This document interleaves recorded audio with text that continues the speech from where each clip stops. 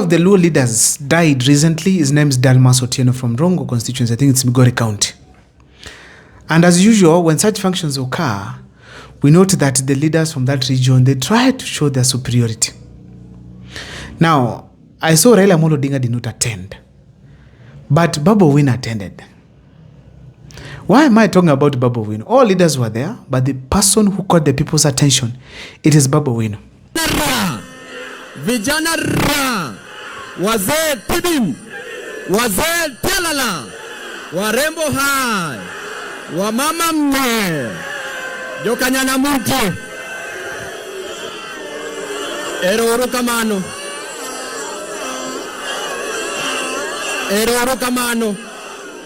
mokwongo, adwana kau polo ni makende, mondo miago mos, ne family aya. Awinjo ukoro we watch matin.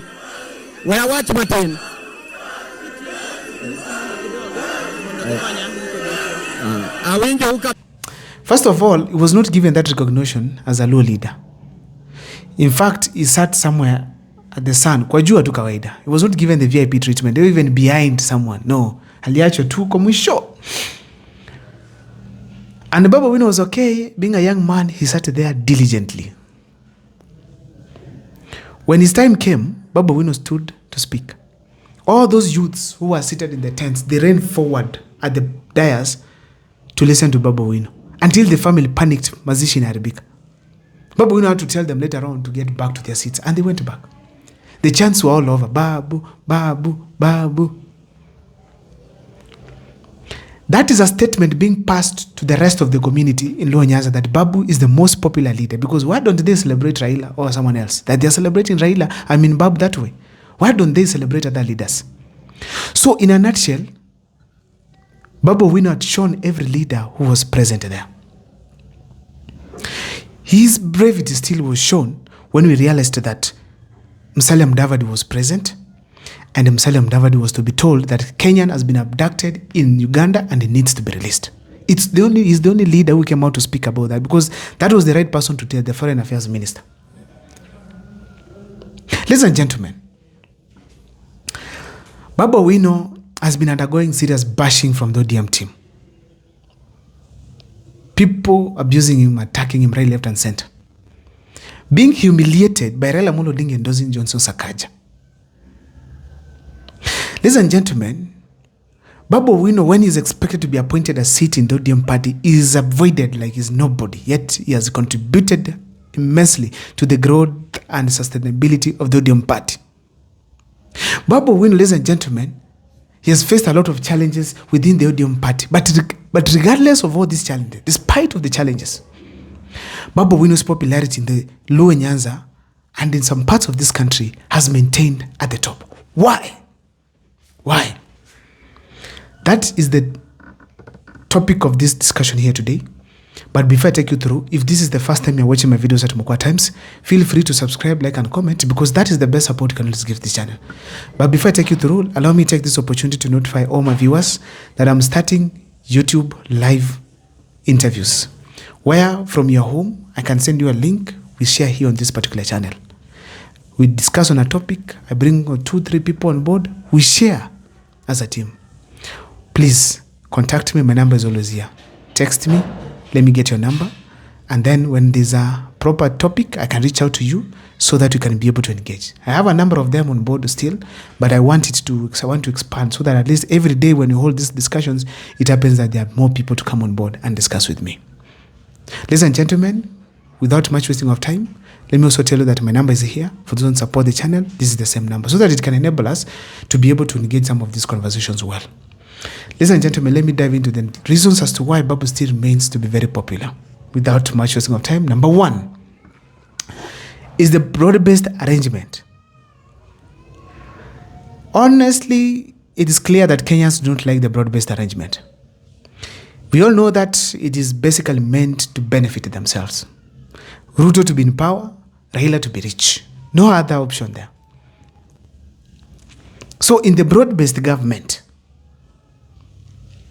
ladies and gentlemen, there's nothing big that is happening in relation to the common management, because regardless of the efforts they're making, Kenyans are still crying. BABU Owino denying the broad-based government, he gains the favor of the youth, the favor of the people. The broad-based government resulted from the killing of the Gen Zs. We all know that. People died in the streets. Youths died fighting for something. And Raila Amolo Odinga felt like, now the country is going to sink. So let me get to government and be able to calm down things. As a result, broad-based government emerged. So ladies and gentlemen, the youth of this country do not forget that. The dying of Albert Ojwang, it happens in the broad-based government. The youth cried. So in a nutshell, the broad-based government has made BABU Owino popular in that because he has consistently denied it, to recognize it actually, it happens that the youth get attracted to BABU Owino because of his stand. That is number one. Number two, considering that BABU Owino is getting huge reception in Luo Nyanza, there's a general feeling that Raila Amolo Odinga's time has come and that the best fit person to take it up, it is BABU Owino. That is basically what is happening. And I think Kenyans have seen it. Raila's age, the sinking of ODM party, and BABU Owino will even come up with his own party now. And they get Luo votes. And they get MPs from there. Haikui rahisi kwa siasa hakuna kupewa kiti. BABU Owino knows that. You go, take it. So that is what is happening. So as we speak today, people are feeling Raila Amolo Odinga's time has come and it is time for BABU Owino to take it up. And that is how BABU Owino is getting the popularity right now in Luo Nyanza.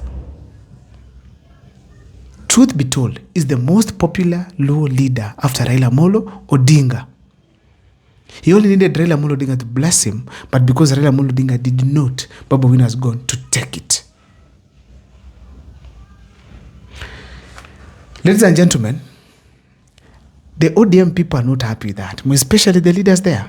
They're asking themselves, why not us? We've been in politics for ages. Why aren't we becoming the popular leader is in the Gusii region, in the Luo Nyanza region?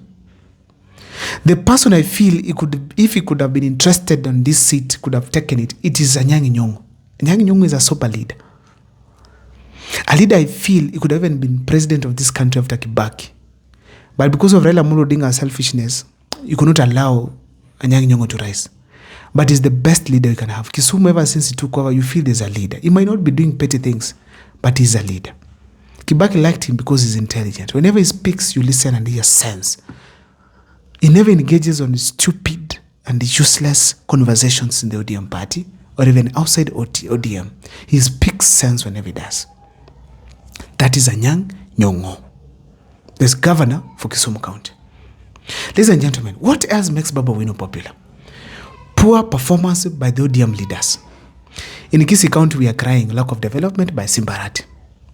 I went to a place called Uriri. The people are crying that the governor is not doing well. In fact, kuna mahali Uriri, when you leave Uriri stage, heading to places kwenda huko ndani, 3 kilometers, hakuna stima, watu hawana. And you have a governor, an MP, Mark Nyamita is there, and many others. Poor performance by the ODM leaders has resulted in BABU Owino becoming popular. Why? He is performing on his capacity as a member of parliament of Embakasi East. He was the best last time. So his best performance elevates him beyond and above other ODM leaders. So BABU Owino becomes the most popular leader just as easy as that. Poor performance. If you go to Mombasa right now, the ODM leaders are not doing well. The governor, he is not performing. If you go to Homa Bay County, Gladys Wanga is PR, right, left, and center.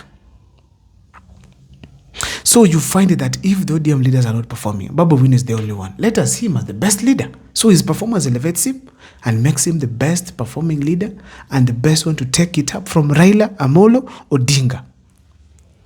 We are having a conversation here. I hope I'm right to every one of you.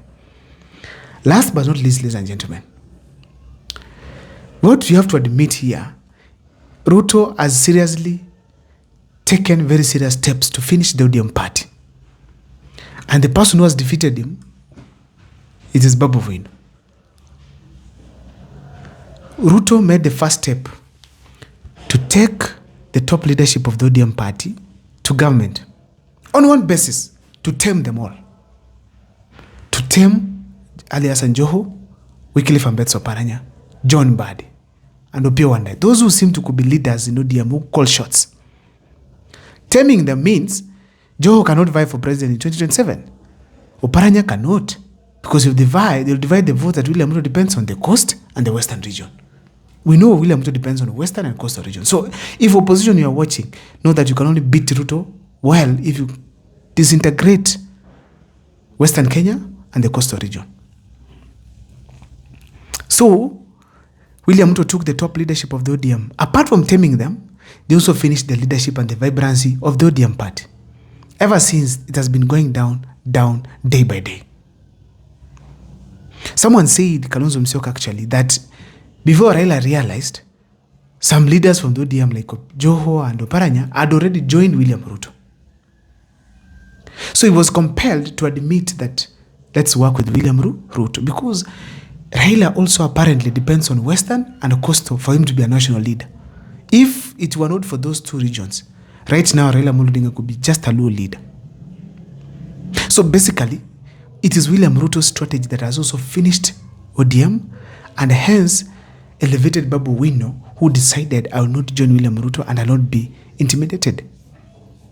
On the comment section, share with me on what you think on the reasons as to why BABU Owino has risen beyond expectations. See you next time for more videos. My name is Abel Mugwa.